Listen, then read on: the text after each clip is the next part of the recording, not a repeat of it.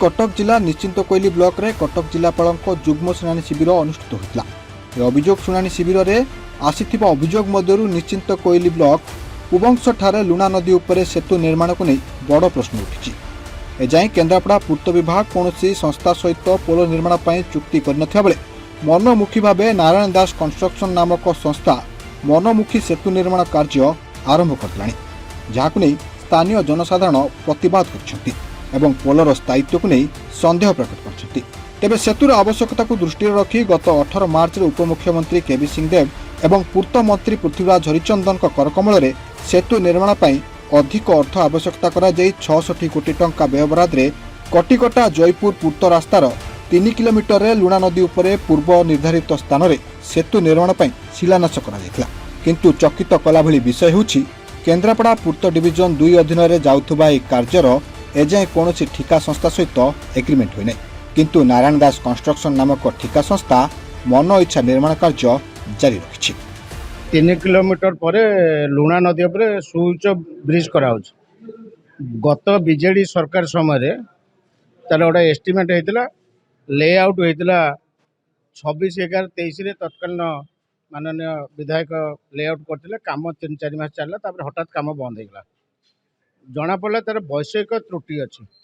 केतବେଳେ जना पड़ा ना जिते R&B वर्क्स डिपार्टमेंट कार्यालय चिठी नंबर 17,265 बाई 23/10/2024 से गोटे चिठी कले जे तार डिजाइन चेंज हम, डीपीआर नुआ तैयारी हम एवं एस्टिमेट बदलिबो एवं से अनुसार बदलिला।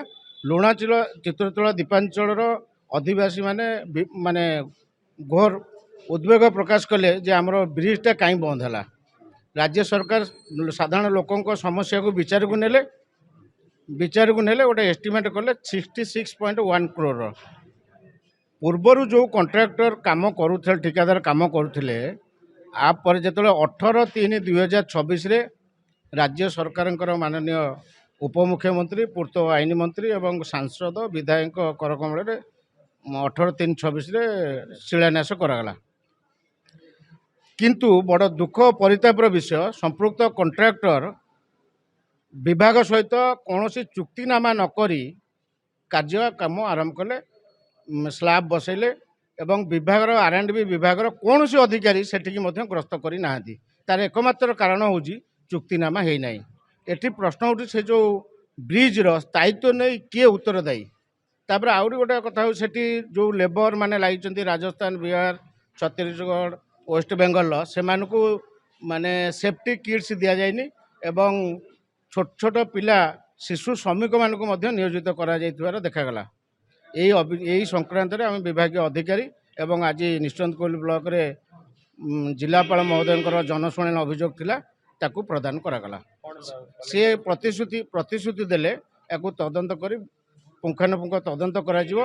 एग्रीमेंट कहीं हैनी, शिशु श्रमिक किए नियोजित करछंती, किट्स कहीं दियानी, जहाँ अभियोग थिला ताकू तदंत करने पूर्ण प्रतिश्रुति देइछंती। आमे अपेक्षा करिछु जिला प्रशासन कौन पदक्षेप ग्रहण कर। तेबे अभियोग तदंत करने को कटक जिलापाल विभाग को निर्देश देछंती। आमे आज दुईटा ग्रीवांस आसला। प्रथम थिला कि विदाउट एग्रीमेंट काम होची, सेकंड थिला कि लेबर कोड वायोलेशंस। जेहेतु केन्द्रापड़ा एसिंग सेटा जाउची, आमे केन्द्रापड़ा एसिंग को रिपोर्ट मागिछु कि या भितर सत्यता कौन अच्छी, सत्य एग्रीमेंट नहीं कि काम होची कि जदि सेमिति होची तो आमे कहिछु एग्रीमेंट हेबा पर्यंत काम हवा कथा नुहे एज पर दी ओपीडब्ल्यूडी कोड।